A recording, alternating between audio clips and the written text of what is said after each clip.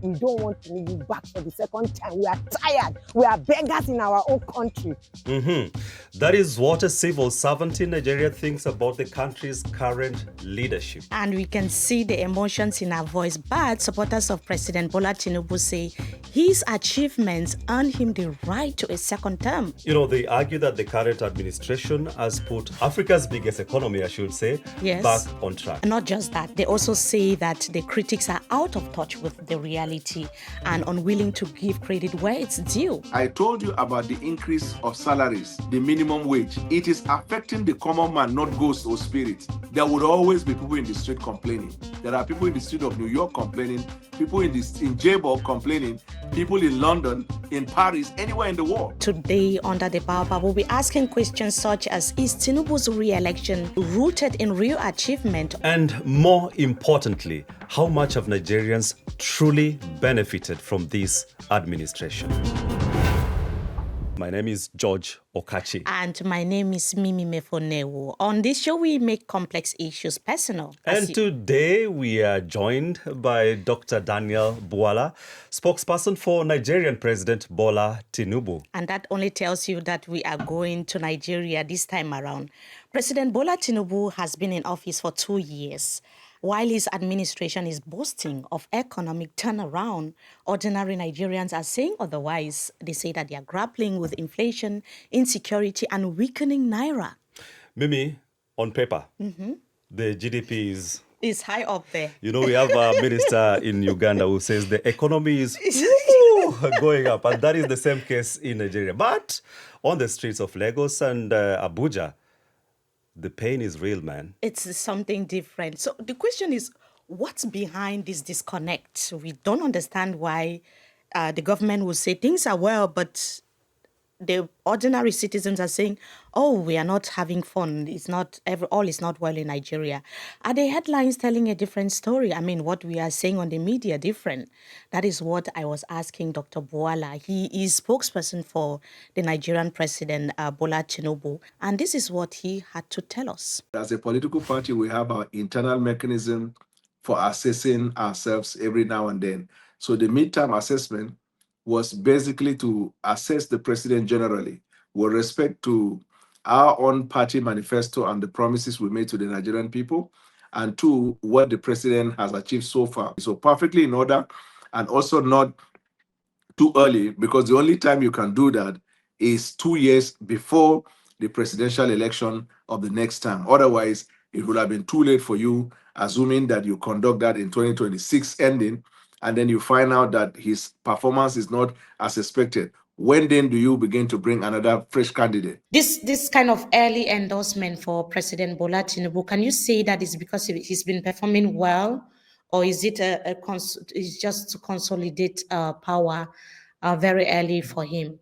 No, it's a procedure or a process with our party that there will be midterm assessment. So it's not President Bola, whoever is the president at the time. After every midterm, we will assess and see whether the person has performed to a point where we would entrust the person, to continue. And we have measured that he has performed wonderfully well. And so we're absolutely confident ahead of the 2027 that we have the support of our people. So when you're talking about performing very well, I would want to understand exactly in what areas. Can you give us 3 top achievements that have been met by President Bola Tinubu's government that has impacted Nigerians directly? Deepening democracy is one, which is the introduction of local government autonomy. Autonomy that gives the local government chairman or administrators enormous resources. By that development, we have found that there are job creations at the local level. We are able to engender strengthening security, where state governors now are able to recruit, they are able, vigilantes, they are able to buy vehicles and equipment that is necessary for surveillance and intelligence gathering, and then law enforcement. We also provided dispensaries, for example, free cesarean section for people for mothers who are having trouble giving birth. We also have rice policy that has made available to Nigerians across all levels rise. There are subsidies also on certain prescription drugs for the people at the local level, and people are able to access that. We've been able to register, I think, close to 10 million Nigerians in the national health scheme. Wow, he mentions a range of accomplishments That's from right. boosting healthcare A to lot. empowering local governments. He had to be reading some of them. I Yeah. saw him. He kept looking at the figures to be sure he gets them right. Yeah, but Mimi, let's fact check a key claim.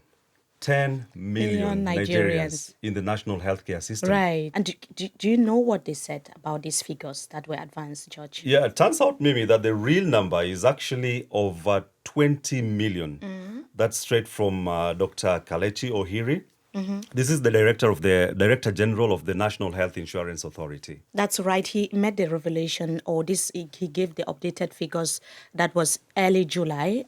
It was during a session with lawmakers at the National Assembly in Abuja. Well, that is what they've termed as an achievement. And of course, facts matter, but so do people's voices. And because this is Under the Baobab, we value what Nigerians are saying. Our correspondent, Ben Shemang, hit the streets of Lagos and Abuja to find out how ordinary Nigerians rate Tinubu's performance. It's not everybody that can provide Gary in our country today. Our children need good education. They need to go to school. As it is now in this country, it's not all parents that can afford to shove the school fees. We really need to hustle for ourselves to get our daily incomes, all those kinds of things. So we need employment, all those kinds of things, job opportunities. To us, the civil servants, he deceived us that he was going to pay 70,000 minimum wage. And they eventually gave us 40,000 plus the 30,000 we were collecting before. That's 70,000. Is that 70,000 minimum wage?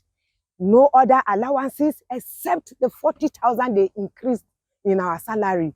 We don't want him to come back, especially the civil servants. Nobody wants him to come back, except they are going to rig the election. Currently now, Nigerians are complaining cost of rent, cost of basic amenities, cost of food and food items. So you should really work on the economy to bring down cost of these prices. And then secondly, unemployment, because there are a lot of unemployed Nigerian youth. So civil servants are saying wages haven't improved. They are not happy at all. You can see that woman. Civil servants are people that are employed and paid by the government. And of course, we have other people saying unemployment is still high. And of course, where it matters the most, Mimi, the cost of food. The cost of food in Nigeria is something else. We found out that a cup of gari, it's called, in Nigeria, it's called what again? Mudu. Mudu. Mudu. I have small. mudu. Yeah. I would have brought the cup here so that we can see. The cup of gari now, it ranges from about 1,500, sometimes 2,000 naira, 2,500 naira. And that is something that's sold way less before and even below 800 naira. But that's not the only problem. We also have fuel prices that have increased in the country. Yeah, but Mimi, when President Tinubu, came to office, that was in 2023, fuel was under 250 naira per liter. Yes.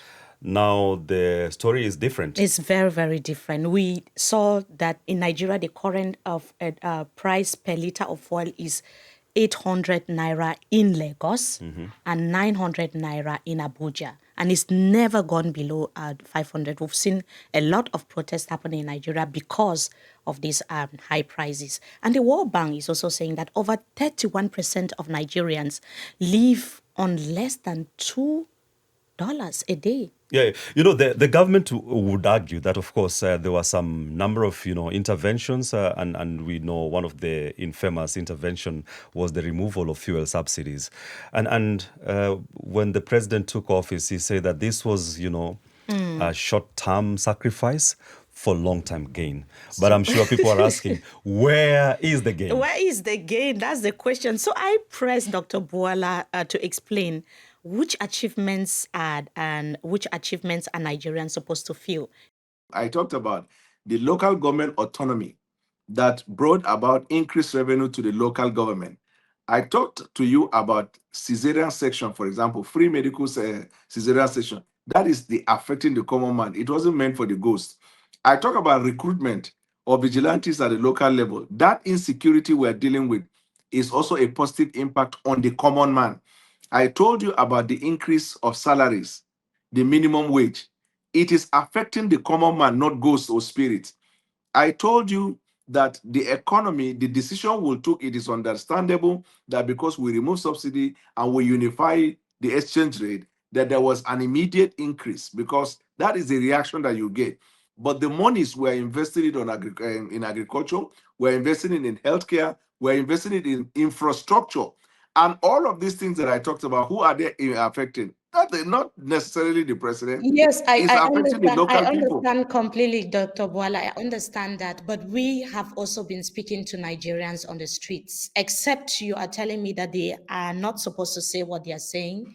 They are not supposed to say that they are not happy. They are not supposed to say that they are not having access to job opportunities. Because I vividly remember that the APC actually asked Nigerians to endure the short-term pain for long-term gain. Correct. Right? So Right. Nigerians on the streets are not happy because we spoke to some of them and questioned them about the state of economic affairs of the country. Are you saying that they are not in touch with the reality in the country? So I'll put it this way. Can you tell me a nation in this world where there are citizens who are not complaining about either job creation, equal opportunity, or insecurity? But what I thought that as journalists, you people will do after hearing government and hearing the masses is to look at the realities and numbers. Take, for example, the fact that there is the reduction of inflation is by the Bureau of Data, statistics, right? So confirm, and that one is carried out based on physical, touchable, feelable, and relatable economic Yes, activities can in you tell government us the percentage of the reduction? Because I know by a that point. So in the yes. month of April, it reduced by a point, by a point. And in fact, let me tell you this, it will shock you. The month in which we had inflation reduced by a point, in England, it increased by a point. We are And talking about Nigeria yes, here, so I'm Dr. giving you Bwala. comparative analysis And to show, Nigerians are the ones following because they want to really understand how this but the discussion will Nigerians, benefit them. yes, my response to you, and let me say it slowly, that the problem that Nigerians are complaining is not unique. And I told you there is no nation of the world where you will not find citizens complain about either lack of job opportunities or inflation. There's no country. And that's why I mentioned England. England, too, there is inflation. But with respect to Nigerians, I don't know, maybe I need to speak in another language. But every policy I reeled out in my conversation with you, I told you how it directly affects the masses. Now, does it mean everybody is possibly affected? Certainly, it cannot be everybody. Nigeria is the largest population, or black population in the world. And with limited resources, we are carrying out these policies. So if you understand economic and numbers, you will know that when you have limited resources, you have to make the best choice out of the limited resources, which means that everything is not going to be everywhere.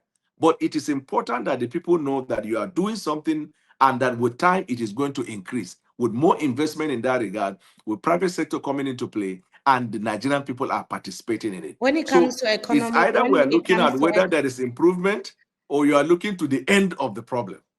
yes, that's why we are having this conversation because, of course, we understand the numbers, the state of affairs in the country, but also, like you said clearly, we talk to Nigerians and we talk to the decision makers in the country to some sort of compare what is happening on the ground because our objective is to bring both parties together and look for solutions. So, and I wanted to just find out from you. Let me. Can you permit me to ask a question just to Yes, have sure. a clarity as regards the people, the Nigerians you talk to? Have you also come across Nigerians who will confirm to you that some of these policies of government is impacting on the common man? It was almost impossible for us to talk to someone who was positive about the policies that are in place Incredible, because we spoke to incredible, Nigerians incredible. in Lagos and also in Abuja. It was difficult to get Nigerians to talk positively, and we get the people And randomly. We talk to them randomly. They are not selected, so they were not okay, really positive about things that and and how and, and things the are people going you on in talk the to, country. it is interesting for me because we also have reports by international media as well as our local media who have come across others who are also positively infected. If you are talking in the proportion, certainly the proportion can be the same. Well, he seems surprised that we couldn't find a single person who praised Tinubu's performance. And he also came across as he's accusing the international media, even local media, of misrepresenting the facts. But under the Baobab, we give the floor to everybody to express their views. And we are quite fair because we want to listen to the people. We want to also listen to the government officials. So we aim for a diverse, open conversation where people can speak their minds. And that's the only way, Mimi, and that's why Dr. Bwala had this platform. But of course, not the platform to tell us about the achievements, also to be challenged. We want to ask the hard questions. But George, comparing Nigeria and London, yes. He kept comparing Nigeria, London, Europe, and... I saw what he was trying to do. He was trying to give a comparative analysis. My view and my assessment of how it was the conversation you were having. Mm-hmm. But of course, I cannot be telling you I'm hungry, and you're telling me my colleagues in, I don't know where, in the US have not eaten. And that's what Instead matters. of solving my problem. That is what matters. And that is why we are listening also from Nigerians to tell us their views and what they think about the current leadership. But hey, under the Baobab, we have a way of cooling off things. Cooling off. And it's not about just the questions, this is the best part for me, the cooling off part. Yeah. The rapid fire. Definitely. Right. So if President Bola Tinubu's legacy is a hashtag, what is it going to be? Hashtag reform Nigeria. So what's more urgent now in Nigeria? Is it price of rice or price of fuel at the moment? The price of fuel. What's gotten more expensive in your hometown and that really bothers you at the moment? Ignorance. Ignorance. What's one thing that Nigerians often get wrong about people in the government? Perception. Okay. So one thing that young Nigerians are right about? Future of Nigeria. That's a good one. So have you ever doubted a government decision, even silently from deep within you? Yeah, it's only natural. Sometimes you make a decision as the head of the government, and then at point people have divergent views. Then at the end of the day, you are now proven right or wrong based on the opinion you hold. Yeah. What's a moment in the last 2 years that made you feel genuinely proud to be part of the current government in Nigeria? It is the courage to embark on the reform that will set the country on a path to recovery. So 2027, is it a done deal or is it still a battle? If it's a done deal, then we are arrogant with the people because we're answerable to the people.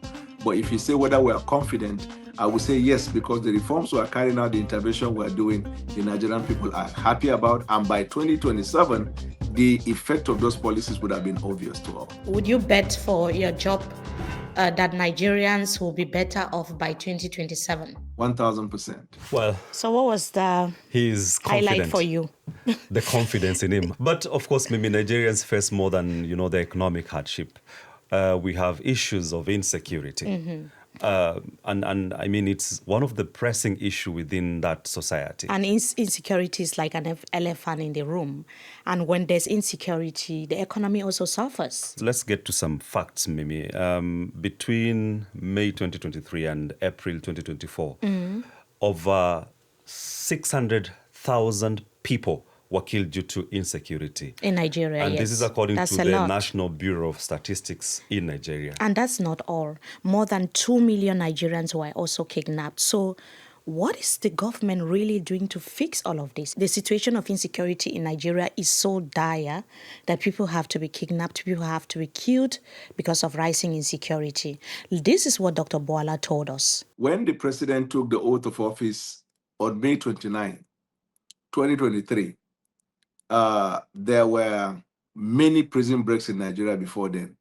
The insecurity came right to the city, to the capital city of the country, where there were killings of the military people in the city of Abuja. There were kidnappings during the day in Abuja.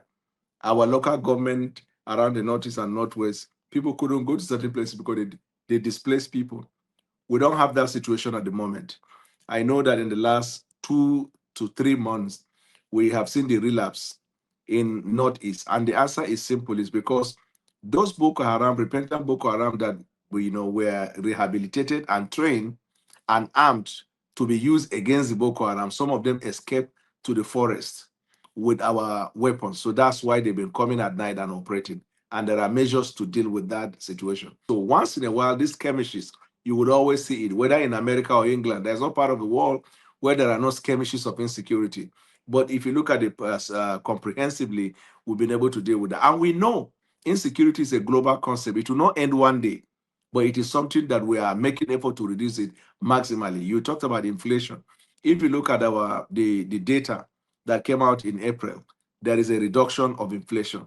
We're looking at food security. If you see the program of government with respect to agriculture, thereby beefing and boosting the food security, so we'll be able to suppress the inflation. There is an effort there. Now, let me tell you why, when you talk about unemployment and rising cost of food items, it is expected. What we did was to take a policy decision. That policy decision withdrew the oil subsidy, the subsidy on oil, and at the same time, the multiple exchange. These two policies, because we removed it, there was an immediate impact on the people. So you see the rising cost of food items and the rest. But what we're doing is that the money that we would have been used in paying for those subsidies are the ones we're investing in critical area of the economy. And if you ask anybody who lives in Nigeria, they will tell you, on May 29, when the president took the oath of office, 27 states in Nigeria, the governors could not pay salaries because there was no revenue. Right now, we have increased revenue that some states got over 300%. And now, no state in Nigeria is not paying salaries. But they have, in fact, gone ahead to even pay on project. Some of them settled their debt, and even the minimum wage that was increased, they are able to meet up with it. So minimum wage increased, but we just heard from a civil servant saying that I don't have any money. No, I can't feel the impact. I don't understand this, Judge. Hey. Tell you what, Mimi, let's leave the minimum wage debate for another day. And of course, lest we forget, back to our core topic, does President Tinubu deserves another term after just 2 years in office? That is the question we've been trying to press and also Dr. Bwala on. We've been asking also, because there's a lot of debate around his health condition, whether he's capable of running in 2027. This was, a campaign issue prior to the 2023, swearing in of President Tinubu. And it continues to be an issue in Nigeria now because President Tinubu has made multiple trips abroad for medical treatment to France, and also he's traveled abroad a couple of times for medical treatment already. So what did he tell us? Take a look. In fact, the president of Nigeria physically is fitter than most presidents in the advanced countries. Judge, did you expect that response? Hey, that's short, firm, and very confident. I'm very confident. So can he ride a bicycle, for instance, or do push-ups like we saw Museveni during the COVID times? You should have asked him that question also.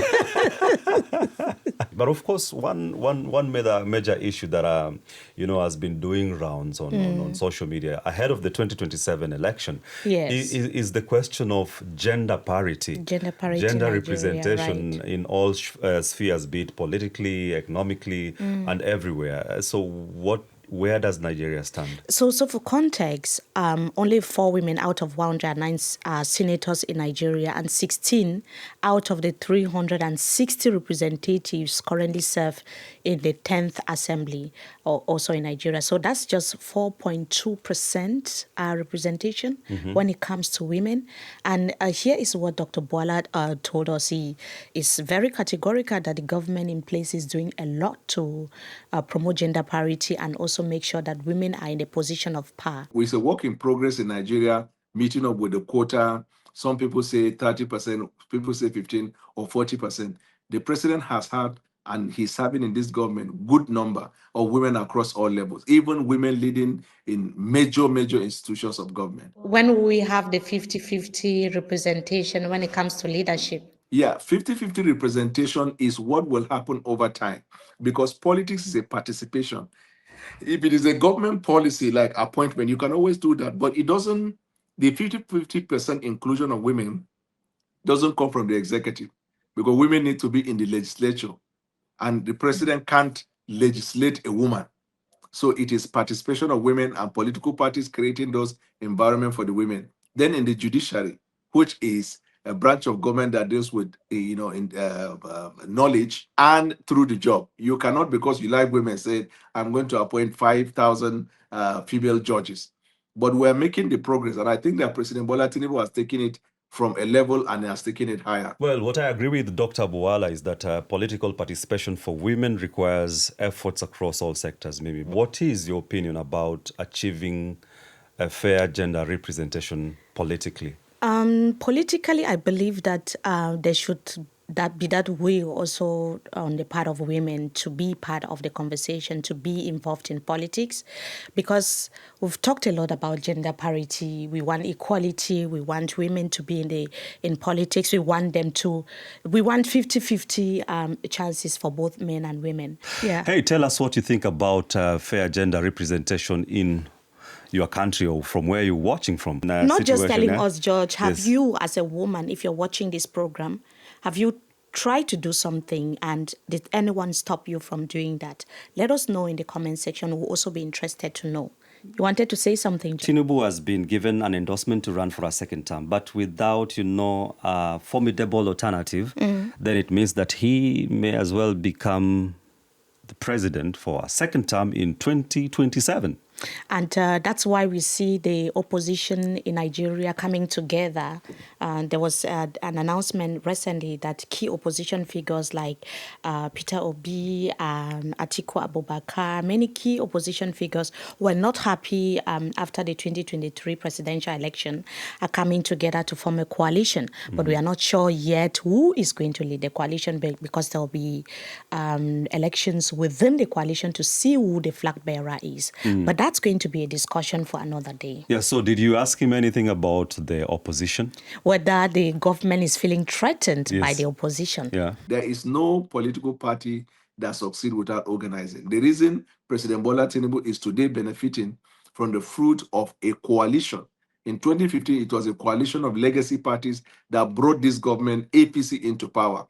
And if all you need to do is to look at how we conducted our coalition processes, it is not the same with what is going on at the moment with the opposition. So the message would be for them to be more organized and serious, and for them to stop aiding and abetting insecurity in Nigeria. Can you expatiate? Because I think it's the responsibility of the government to make sure there's no insecurity, right? So when you say they are aiding and abating, what do you mean exactly? So, for example, last year, there was the Nigerian people, out of the goodness of their heart, felt they were going to protest certain situations in Nigeria, which was perfectly okay, we understood. But in the course of this protest, some opposition members started funding dissident element in Nigeria to fly the flag of Russia in our territory, calling for the military to take over Nigeria. This is one graphical example, and then you can expatiate and escalate that to the areas where they provide information to either the bandit terrorists or where they politicize national security situation. But the opposition made it clear that they were not responsible, that they had no hand in it. The propaganda, the pro-Russia propaganda that we saw on the media, they said they were not responsible. I hope you know that the intelligence platform in Nigeria made some arrests of individuals. So we are not talking an empty talk. We are talking based on intelligence gathered.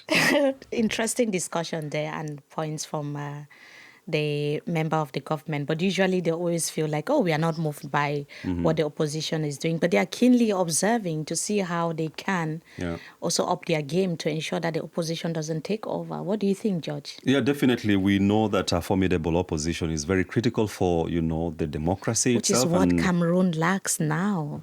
Imagine. But if you're so pressed to speak about Cameroon, no, right? No.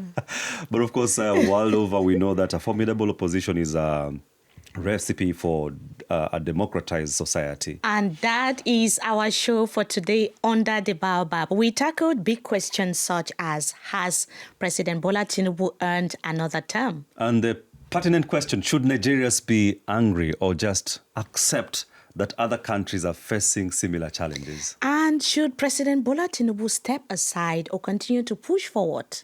Let us also know what your thoughts are in the comment section. And Under the Baobab, we dive deep into African politics. If you want to be part of it, we will tell you in just a few seconds. But, George, a lot of people have been talking about our previous and first episode of Under the Baobab. Yes, definitely. And tell you what, this is like a community. We bring issues that are complex, that are pertinent to you, and we invite you to be part of it. And we make them personal. We saw the remarks, we saw the comments after our first episode, and we want to thank you for the outpouring of love and the support that we saw across different social media platforms. we will continue the conversation under the Baobab. And where do people find Under the Baobab? Of course, Under the Baobab is streamed on all our digital platforms, and that includes Spotify, Apple Podcasts, and of course, don't forget our YouTube channel, DW Africa. My name is George Okachi. And I am Mimi Mefo Newuh. This is Under the Baobab.